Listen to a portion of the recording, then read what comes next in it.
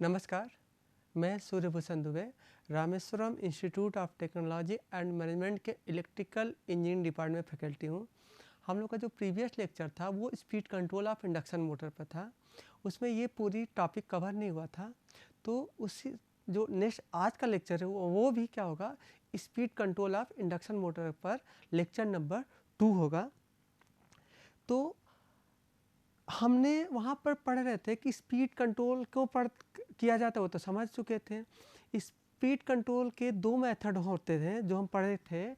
एक यहाँ जो आप प्रीवियस में हम लोग पढ़ चुके हैं कि NR=NS1-S, मतलब एक पर क्या करेंगे, स्लिप पर कंट्रोल करेंगे और दूसरा सिंक्रोनस स्पीड पर करेंगे। तो स्लिप कंट्रोल में क्या था, आपके 3 मेथड हैं। एक वोल्टेज से बदल करके स्लिप को बदल सकते हैं, दूसरा रोटर रेजिस्टेंस ऐड करके भी हम क्या कर सकते हैं, स्लिप को बदल सकते हैं, और तीसरा मेथड क्या है, रोटर ईएमएफ इंजेक्शन मेथड के थ्रू हम लोग स्लिप को क्या कर सकते हैं, बदल सकते हैं। तो हम ये मेथड वोल्टेज कंट्रोल मेथड और रोटर रेजिस्टेंस कंट्रोल मेथड हम लोग पढ़ चुके हैं। इन दोनों में डिसएडवांटेज ये था कि इन दोनों के लिए हम शॉर्ट टाइम पीरियड के लिए यूज करते हैं, और क्योंकि इसमें क्या होता है, कॉपर लॉसेज बढ़ जाते हैं। इसमें क्या होता था, करंट बढ़ जाता था, करंट बढ़ने की वजह से क्या हो जाता, कॉपर लॉस बढ़ते थे। इसमें आप रेजिस्टेंस ऐड कर देते, इसलिए कॉपर लॉसेज बढ़ जाते थे और इससे एफिशिएंसी कम हो जाती थी। और इसमें स्पीड क्या होती थी, हमेशा बिलो द बेस स्पीड होता था। मतलब बेस स्पीड मतलब सिंक्रोनस स्पीड से ऊपर हम लोग इसकी स्पीड नहीं कर सकते थे। क्लियर है? उसमें ये सब डिसएडवांटेज थे। तीसरा मेथड जो आज हम पढ़ने जाएंगे, रोटर ईएमएफ इंजेक्शन मेथड। इस मेथड के बारे में हम लोग समझते हैं कि रोटर ईएमएफ इंजेक्शन मेथड क्या होता है। रोटर ईएमएफ इंजेक्शन मोटर में क्या होता है, एक स्लिप रिंग इंडक्शन मोटर होता है। स्लिप रिंग इंडक्शन मोटर में ये आपका क्या होगा, ये स्लिप रिंग इंडक्शन मोटर होंगे और ये 3 स्लिप लगे होंगे, और इसको क्या करेंगे, हम 3 फेज सप्लाई भी देंगे स्टेटर को, और रोटर को भी क्या करेंगे, हम लोग 3 फेज सप्लाई कहीं से इसको 3 फेज सप्लाई इसको भी देंगे। और इसकी फ्रिक्वेंसी क्या होनी चाहिए, इसकी फ्रिक्वेंसी जैसे इसकी फ्रिक्वेंसी रोटर की फ्रिक्वेंसी क्या होती है, S/F होती है। FR हम लोग जानते हैं FR/S/F होती है। तो इसकी जो फ्रिक्वेंसी होनी चाहिए वो जो आप इसकी फ्रिक्वेंसी इसको दे रहे हैं, मतलब स्टेटर रोटर पे जो फ्रिक्वेंसी लगा रहे हैं उसकी भी फ्रिक्वेंसी SF के बराबर होनी चाहिए। तो ये वोल्टेज क्या करेगा, इसके अंदर जो इंड्यूस ईएमएफ है और जो इंजेक्टेड ईएमएफ, जो इंजेक्टेड आपने वोल्टेज लगाया है, वो दोनों की फ्रिक्वेंसी सेम होने से क्या हो जाएंगी, या तो दोनों क्या हो जाएंगे, उन दोनों में फेज डिफरेंस मिलेगा, या तो दोनों वोल्टेज आपस में जुड़ेंगे या तो दोनों वोल्टेज घटेंगे। अगर 0 डिग्री पर है तो दोनों वोल्टेज जुड़ जाएंगे, अगर 180 डिग्री का फेज डिफरेंस है तो दोनों वोल्टेज घट जाएंगे, अगर 30 डिग्री का, 60 डिग्री का, 120 डिग्री का है तो वो दोनों क्या हो जाएंगे, एल्जेब्रिक सम कर दिए जाएंगे। ठीक है, मतलब हम क्या कर रहे हैं, रोटर पे भी क्या कर रहे हैं, सप्लाई दे रहे हैं, और स्टेटर को तो सप्लाई दे ही रहे हैं। क्लियर है? लेकिन ध्यान रखिएगा, यहाँ पर जो आप सप्लाई दे रहे हैं उसकी फ्रिक्वेंसी क्या हो जाएगी, बदलती रहनी चाहिए, क्योंकि रोटर की फ्रिक्वेंसी क्या हो रही है, बदल रही है। तो हमें कुछ ऐसी टेक्निक लगानी पड़ेगी कि रोटर पर जो भी हम वोल्टेज देंगे, जो भी सप्लाई देंगे, उसकी फ्रिक्वेंसी भी क्या होगी, बदलती रहनी चाहिए, क्योंकि रोटर की फ्रिक्वेंसी भी बदलती है। और हमने बोल दिए हैं कि दोनों की फ्रिक्वेंसी इक्वल रहनी चाहिए इंस्टेंटली, हर समय, मतलब प्रत्येक क्षण समय के साथ साथ अगर इसका फ्रिक्वेंसी बदल रहा है रोटर का, तो आपने जो अप्लाई किया है, जो आपने वोल्टेज इंजेक्ट किया है, जो आपने वोल्टेज इसको दिया है इनपुट, मतलब इसको भी इनपुट के साथ, मतलब यहाँ पर भी दिया रोटर में, उसकी भी फ्रिक्वेंसी बदलनी चाहिए। अब ये है, आप समझ में आप ऑटोमेटिक आ रहा होगा कि ये मेथड किसमें, केवल स्लिप रिंग इंडक्शन मोटर में प्रयोग कर सकते हैं, स्क्विरल केज इंडक्शन मोटर में प्रयोग नहीं कर सकते, क्योंकि स्क्विरल केज इंडक्शन मोटर को आप अलग से सप्लाई नहीं दे सकते हैं।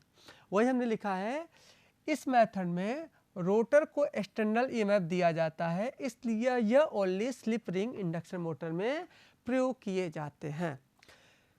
अभी एक लाइन हमने और लिखा है, इस मेथड में एक्सटर्नल ईएमएफ की फ्रीक्वेंसी का मान रोटर की फ्रीक्वेंसी के बराबर अवश्य होनी चाहिए। मतलब ये तो मतलब शुड बी, मतलब 100, मतलब इसकी वैल्यू श्योर है। ये क्या, क्योंकि ये वोल्टेज ऐड होते हैं या ऐड होने के लिए या सब्ट्रैक्ट होने के लिए या अलजेब्रिक सम होने के लिए दोनों की फ्रीक्वेंसी का बराबर होना अति आवश्यक होता है। ये तो हम लोग बेसिक इलेक्ट्रिकल में भी जानते हैं।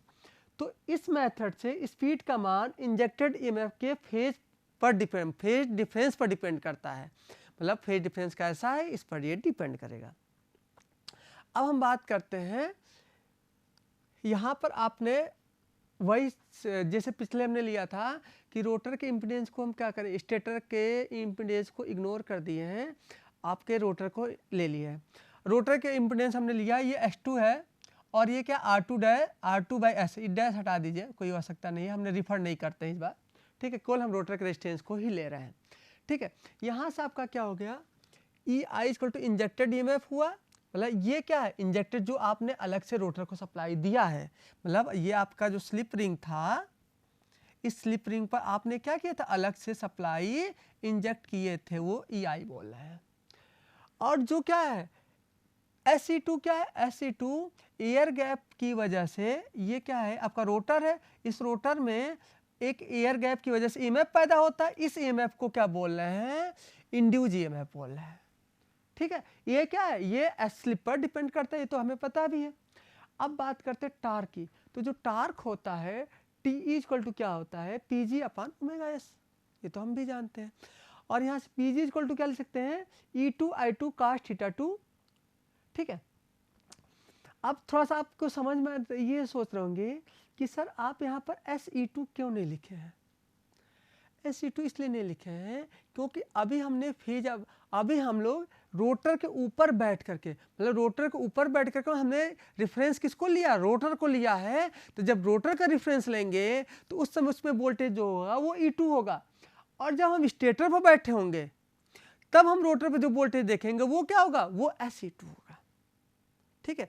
मतलब अगर रेफरेंस अगर हम स्टेटर को लेंगे तो रोटर को में जो ईएमएफ इंड्यूस होगा वो SE2 होगा, और जब हम रेफरेंस किसको लेंगे, रोटर को लेंगे, उस समय जो वोल्टेज इंड्यूस होगा उसको E2 लेते हैं, इसलिए हमने यहाँ पे E2 लिखा है, E2I2 cos θ2/ωs। तो E2 क्या है आपका, अब देखिए क्या है, E2 आपका कांस्टेंट है और I2 भी क्या है कांस्टेंट है। तो इसका मतलब जो टार्क है उसको कांस्टेंट होने के लिए क्या होना पड़ेगा, I2 cos θ2 को भी क्या होना पड़ेगा, कांस्टेंट होना पड़ेगा, क्योंकि ωs तो ऑलरेडी कांस्टेंट होता है, सिंक्रोनस स्पीड होती है तो ऑलरेडी कांस्टेंट होता है। मतलब इसको कांस्टेंट होने के लिए आपको I2 cos θ2 क्या होना पड़ेगा। हमने हमेशा ध्यान लेंगे, जो भी हमने यहाँ पर डेरिवेशन कर रहे हैं, हम लोग ले रहे हैं कि TL आपका क्या है, कांस्टेंट है। जब TL कांस्टेंट होंगे तो TE इलेक्ट्रोमैग्नेटिक टार्क जो इसमें डेवलप होगा वो भी क्या होगा, कांस्टेंट होगा, ठीक है। अब बात करते हैं फॉर कांस्टेंट लोड टार्क की बात करते हैं, वही हमने जो वही बोले थे कि हमेशा हम जो भी डेरिवेशन करेंगे वो कांस्टेंट लोड टार्क के लिए करेंगे। अब कांस्टेंट लोड टार्क की बात करें तो I2 cos θ2 क्या है आपका, कांस्टेंट होगा, क्लियर है। I2 cos θ2 का कांस्टेंट होने का अर्थ है कि cos θ = क्या होता है, cos θ होता है R/Z, ये हम लोग बेसिक इलेक्ट्रिकल में पढ़ चुके हैं। तो ये R/R2/Z2 लिख दिए। Z2 इसलिए लिखे हैं क्योंकि रोटर में रेजिस्टेंस और रिएक्टेंस दोनों होता है, तो इसलिए हमने लिखा है। अब यहाँ पर क्या है, ध्यान से देखिए, R2 की वैल्यू जो है वो SS2 से क्या होगी, बड़ी होगी। ध्यान रखिएगा, यहाँ पर हमें इसको भी अगर हम S लिख दें अच्छा रहेगा, ये JSS2 ले लें और इसको हम क्या ले लें, इसको R2 ले लें। ये वेरिएबल नहीं होना चाहिए, हमने बना दिया है, ये कांस्टेंट है, ये वेरिएबल नहीं है पहली बात तो, और ये SS2 है। तो यहाँ से आप देखेंगे, इस वाले कंडीशन से देखेंगे कि R2 क्या है आपका, R2 आपका बहुत बड़ा है और SS2 क्या हो जाएगा, छोटा हो जाएगा। क्योंकि क्या है, SS2 इसलिए छोटा हो जाएगा, नॉर्मल स्पीड की बात करते हैं, जब NS = लगभग NR हो तो S की वैल्यू क्या होगी, डेसिमल में होगा, 2% मतलब 0.02%। तो 0.02% का अर्थ ये हुआ 0.0 कि S2 क्या हो गया, बहुत छोटा हो गया। S2 क्या होगा, बहुत छोटा, मतलब R2 क्या है, बड़ा है। मतलब जो इंडक्शन मोटर है वो किस तरह से काम करेगा, यूनिटी पावर फैक्टर पर काम करेगा। तो यूनिटी पावर फैक्टर का अर्थ क्या हुआ, यूनिटी पावर फैक्टर का अर्थ हुआ कि R2 है, X2 नहीं है, मतलब इसको इग्नोर कर दिए हैं लगभग। अब यहाँ पर क्या है, इस कंडीशन में I2 हमने क्या लिया है, कांस्टेंट ले रखा है। कांस्टेंट इसलिए ले रखा है क्योंकि हमने अप्रॉक्सीमेट लिया है, क्योंकि लगभग ये तो आपको जीरो नहीं होता ना, ये तो जीरो नहीं होता है, इसलिए हमने I2 को हमने कांस्टेंट मान लिया, अप्रॉक्सीमेट। ये कंडीशन कब थी, ये कंडीशन तब थी, मतलब ये कंडीशन थी। अब हम एक कंडीशन ले रहे हैं विदाउट इंजेक्टेड ईएमएफ, मतलब हम रोटर में कोई भी ईएमएफ नहीं दे रहे हैं, मतलब जो भी स्टेटर में रोटर में ईएमएफ इंड्यूस हो रहा है ऑटोमेटिक, कौन सा, SE2, वही बस है। तो I इक्वल टू क्या हो जाएगा, वोल्टेज अपान रेजिस्टेंस या इम्पिडेंस। तो I इक्वल टू वोल्टेज ये ही था, EI तो जीरो हो जाएगा क्योंकि इसमें इंजेक्ट नहीं किए, Z2 हो गया। और Z2 को हम लोग क्या ले सकते हैं, Z2 के अंदर दो चीज होते हैं, R2 under root R2, S1 S2 हमने लिख दिया, मतलब S1 E1 upon under root R2 square whole R2 का स्क्वायर प्लस S1 S2 का स्क्वायर। ये कंडीशन था विदाउट इंजेक्टेड ईएमएफ। दूसरी कंडीशन बात करते हैं विथ इंजेक्टेड ईएमएफ, मतलब जब हम रोटर में क्या कर सकते हैं, ईएमएफ को लगा देते हैं, मतलब अलग से एक्सटर्नल या इंजेक्ट ईएमएफ इंजेक्ट कर देते हैं रोटर में। उस समय जो क्या होगा, उस समय अब करंट क्या हो जाएगा, बदल जाएगा। क्यों बदल जाएगा, क्योंकि आपका वोल्टेज बदल गया। वोल्टेज पहले ये था, अब इसके अंदर एक और वोल्टेज हो गया, ऐड हो गया। अब ये क्या, हमने प्लस माइनस इसलिए लिखा, ये वोल्टेज ऐड भी हो सकता है, सब्ट्रैक्ट हो सकता है। अगर इसका फेज और इसका फेज जीरो फेज डिफरेंस हो तो ये दोनों वोल्टेज ऐड हो जाएंगे। अगर ये इसका फेज डिफरेंस, इन दोनों का फेज डिफरेंस 180 डिग्री हो तो ये घट जाएंगे। क्लियर है, इसलिए यहाँ पर वोल्टेज बदल रहा है तो करंट भी बदल जाएगा, इसलिए हमने यहाँ पर I2 डैश लिख दिया है। और रेजिस्टेंस तो वही रहेगा R2, और S2 S2 भी ये हो जाएगा। अब चूंकि क्या होगा, करंट की वोल्टेज के बदलने से आपका स्लिप भी बदल जाएगा, इसलिए हमने यहाँ पर S2 S2 लिख दिया है। ठीक है, अब देखिए नेक्स्ट बात करते हैं, I2 R2 by Z2 constant. अब ध्यान दीजिए, ध्यान और समझते हैं। पीछे हम लोग पढ़े थे I2 cos θ2 क्या होंगे, कांस्टेंट होंगे। किस कंडीशन में, अगर हम लोग TL को क्या लोड टार्क को कांस्टेंट मान लिए हैं। तो cos θ को हम क्या लिखे थे, याद कीजिए, इस कंडीशन में हमने I2 cos θ को R2 अपान Z2 लिख दिया था, तो वही हमने लिख दिया R2 अपान Z2। ठीक है, R2 अपान Z2 का अर्थ हुआ कि I2 तो हमने एज इट इज लिख दिया, और Z2 को R2 यह भी लिख दिया, और Z2 को R2 का स्क्वायर प्लस S1 S2 का स्क्वायर। और इसके बाद ये कंडीशन, ये जैसे इसको आप लिखना चाहें तो ये क्या हो जाएगा, I2 R2 Z2 plus I2 dash और R2 Z2। ठीक है, ये भी। अब यहाँ पर हमने वही चीज लिखा, अब यहाँ पर क्या हो जाएगा, यहाँ पर I2 डैश आ जाएगा जो आपने रोटर में ईएमएफ इंजेक्ट कर दिया है, क्योंकि ये क्या है, ये कांस्टेंट है। और यहाँ से Z2 की वैल्यू, R2 तो हमने एज इट इज लिखा, Z2 फिर हमने एज इट इज लिख दिया जैसे पहले लिखा हुआ था। ठीक है, अब यहाँ पर हमने जो हमने करंट की वैल्यू निकाली थी पहले, I2 और I2 डैश की वैल्यू जो पीछे निकाले थे, I2 एंड I2 डैश, इस वैल्यू को क्या करेंगे, इस इक्वेशन में यदि हम क्या करें, इस इक्वेशन में पुटअप कर दें, तो पुटअप करेंगे तो क्या हो जाएगा, ध्यान देखिए, I2 में क्या है, एक में क्या है SE1 और रूट के नीचे वही है, और इसमें क्या SE2 प्लस EI हो जाएगा। तो एक में ऐड कर दिए, एक में आपने क्या किया, एक में यहाँ पर विदाउट इंजेक्टेड ईएमएफ है और इसमें विथ इंजेक्टेड ईएमएफ है, तो यहाँ से क्या हो जाएगा, एक चीज़ यहाँ पर R2 कैंसिल आउट हो जाएंगे, और I2 की जगह क्या लिखेंगे, SE2, और रूट में जो है वही नीचे आ जाएगा, तो दो बार रूट क्या हो जाएंगे, ये रूट आपका हट जाएगा। इसी प्रकार से अगर आप देखेंगे, इसमें क्या होगा, इस I2 में S2 E2 प्लस EI, और R2 dash square plus S2 X2 आ जाएगा। तो यहाँ भी रूट क्या हो जाएगा, इसके नीचे एक और रूट है, इसकी वजह से एक रूट आएगा सेम वैल्यू, तो यहाँ पर भी रूट हट गया। तो यहाँ पर आपने क्या पाए कि यहाँ पर जो आप S1 पा रहे हैं, यहाँ से आप ध्यान दीजिए, अगर यहाँ से S2 निकालें, ये S2 यहाँ से निकालते हैं तो S2 की इक्वल टू क्या, ये पूरी इधर चला जाएगा, ये पूरा पोर्शन इस साइड चला जाएगा और ये पोर्शन नीचे आ जाएगा, ये पूरा। मतलब कहने का अर्थ ये हुआ, लिख भी देते हैं S2 इक्वल टू, यहाँ से S2 इक्वल टू अगर लिखें तो ये क्या हो जाएगा, R2 प्लस S2 का स्क्वायर अपान सेम चीज़ यहाँ फिर आ जाएगा। अगर ध्यान से देखिए, ये R2, ये दोनों नहीं, थोड़ा सा बदल गया है, और ये R2 प्लस S1 X2 का स्क्वायर, और ये क्या हो जाएगा, S2 है तो S2 हम निकाल लेते, और यहाँ पर क्या आया, S1 E2, और यहाँ पाया E2 प्लस EI।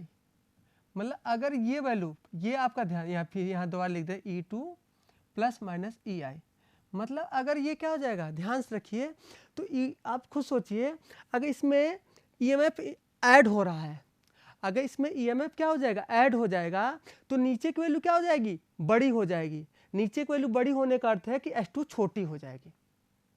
क्लियर है, मतलब नीचे की वैल्यू आप ऐड किए, ऐड हुआ, तो ये क्या वैल्यू होगी, मतलब ऐड करने पर, मतलब EI जब क्या होगा, ऐड होगा, EI जब ऐड होगा तो S2 क्या हो जाएगा, S2 आपकी छोटी हो जाएगी और S1 क्या हो जाएगी, बड़ी हो जाएगी। और जब EI क्या हो जाएगा, सब्ट्रैक्ट, घट जाएगा या सब्ट्रैक्ट हो जाएगा, तो घट जाने पर S2 क्या हो जाएगा, बड़ा हो जाएगा और S1 घट जाएगा। क्लियर है, मतलब क्या है, अगर आप रोटर में जो EMF इंजेक्ट किए हैं, अगर वो ऐड हो रहा है, तो जो S2 मतलब घट गया, S2 घटने का अर्थ हुआ कि आपका N2 क्या हो गया, बढ़ गया। मतलब रोटर में EMF क्या होगा, जुड़ेगा, तो स्पीड भी क्या होगी, जुड़ेगी।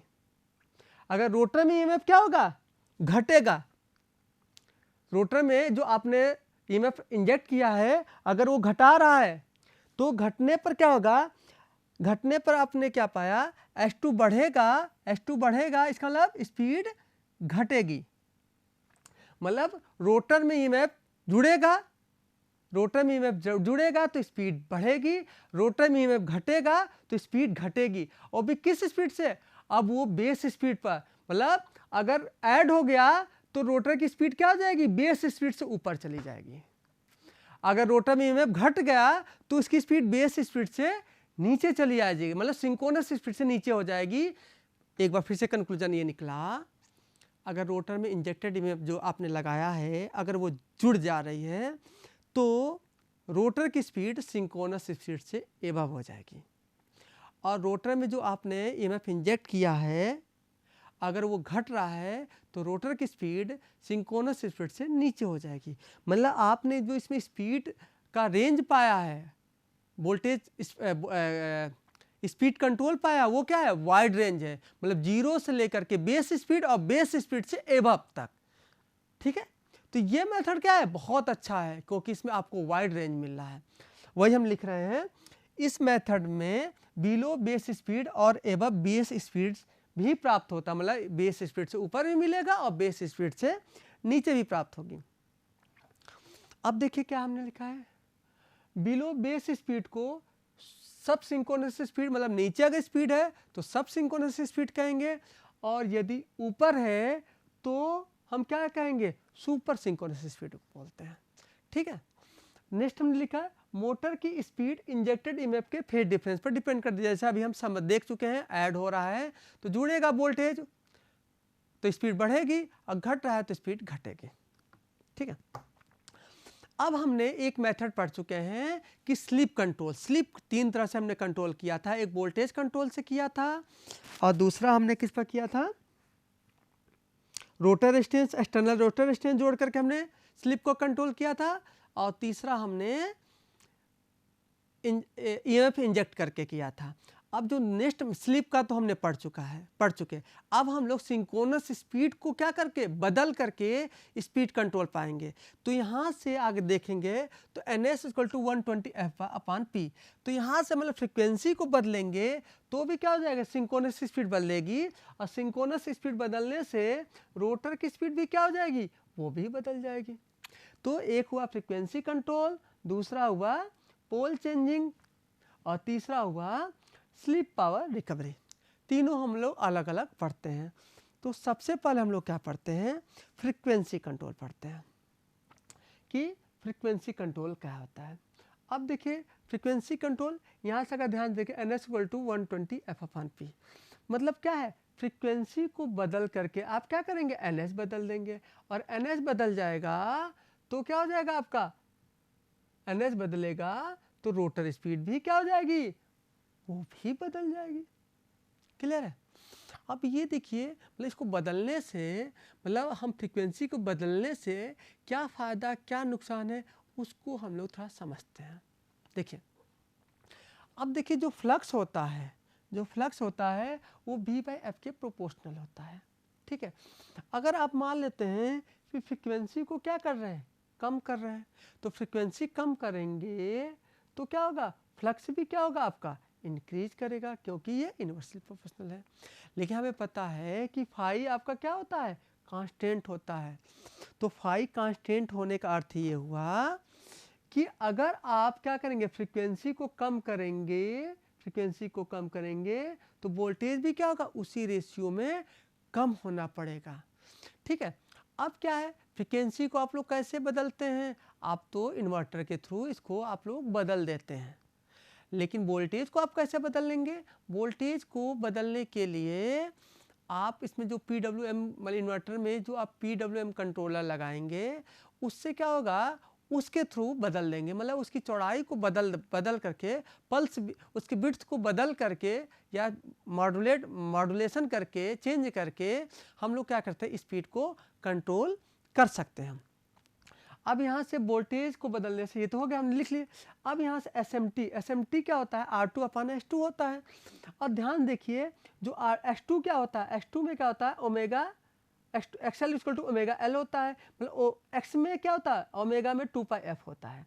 मतलब इस X में एक ये फ्रीक्वेंसी पर डिपेंड करता है, तो 1/f, मतलब फ्रीक्वेंसी के ये क्या है, SMT इन्वर्सली प्रोपोर्शनल हुआ। और यहाँ से देखिए NS = 120 F/P।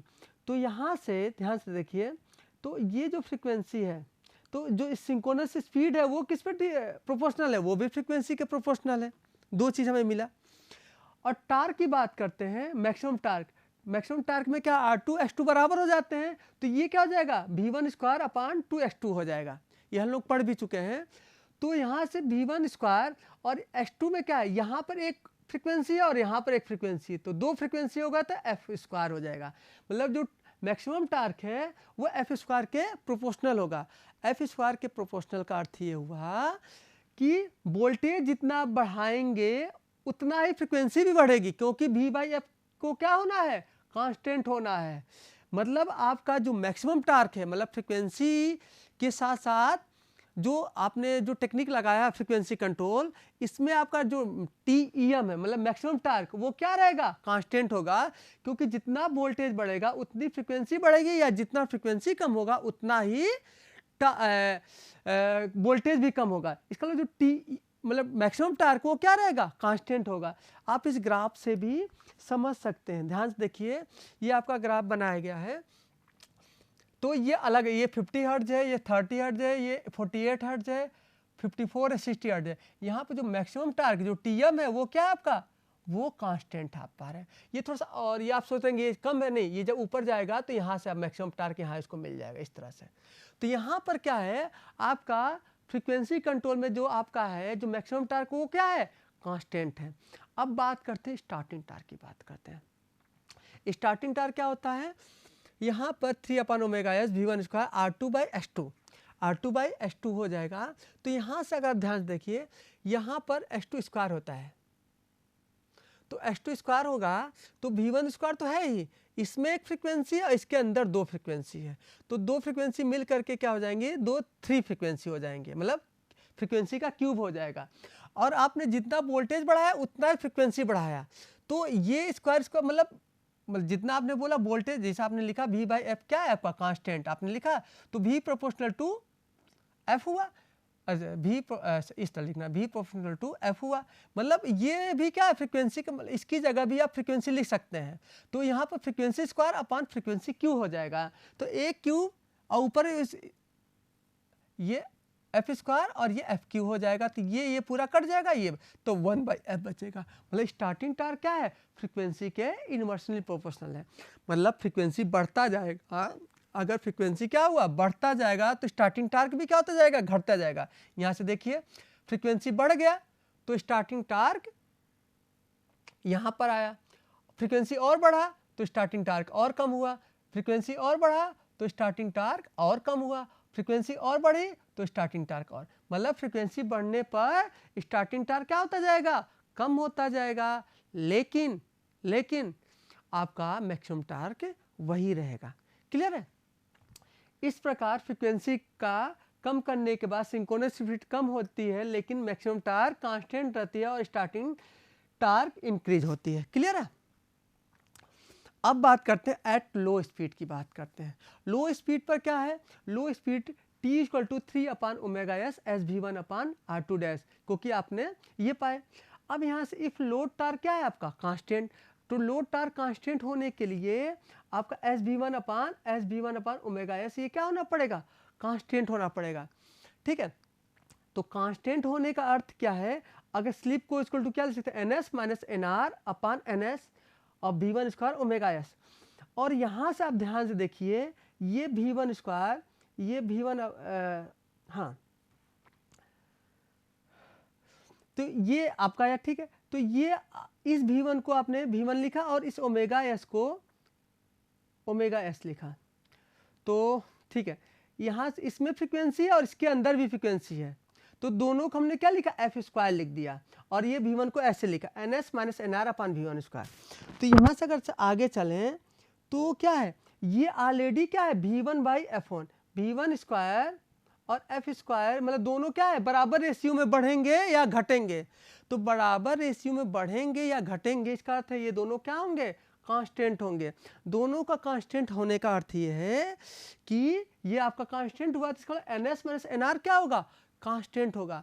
अब आप सोचेंगे इसका क्या मतलब है, इसका कहने का अर्थ ये है अगर आप क्या करेंगे, फ्रीक्वेंसी बढ़ाएंगे तो NS बढ़ेगा, ठीक है, और उसी रेशियो में NS बढ़ेगा और रोटर भी कुछ तो आएगा, तो इसका मान लीजिए आप फ्रीक्वेंसी बढ़ाए और इसकी स्पीड आए, इसकी 1500 आया और इसका 1450 आया, मान लेता ऐसा हुआ। आपने फ्रीक्वेंसी को और बढ़ा दिया, इसमें डिफरेंस कितना मिला, 50 का मिला। आपने फ्रीक्वेंसी को क्या कर दिया, इंक्रीज कर दिया, फ्रीक्वेंसी को इंक्रीज होने पर क्या होगा, NS क्या हो जाएगी और इंक्रीज करेगा। मान लिया अब NS इंक्रीज हो करके कितना हो गया, मान लेते हैं अब ये 1600 RPM हो गया, मान लेते हैं 1600 RPM होने का अर्थ है अब जो NR होगा वो क्या होगा, डिफरेंस हमें क्या होना चाहिए, 50 होना चाहिए, तो ये 1550 आएगा।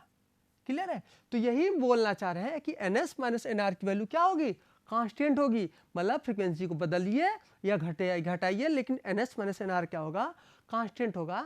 तो आज के लिए हम लोग इतना ही पढ़ते हैं, कल तीसरा हम लोग का next lecture third speed control पर हम लोग आगे पढ़ेंगे। धन्यवाद, नमस्कार।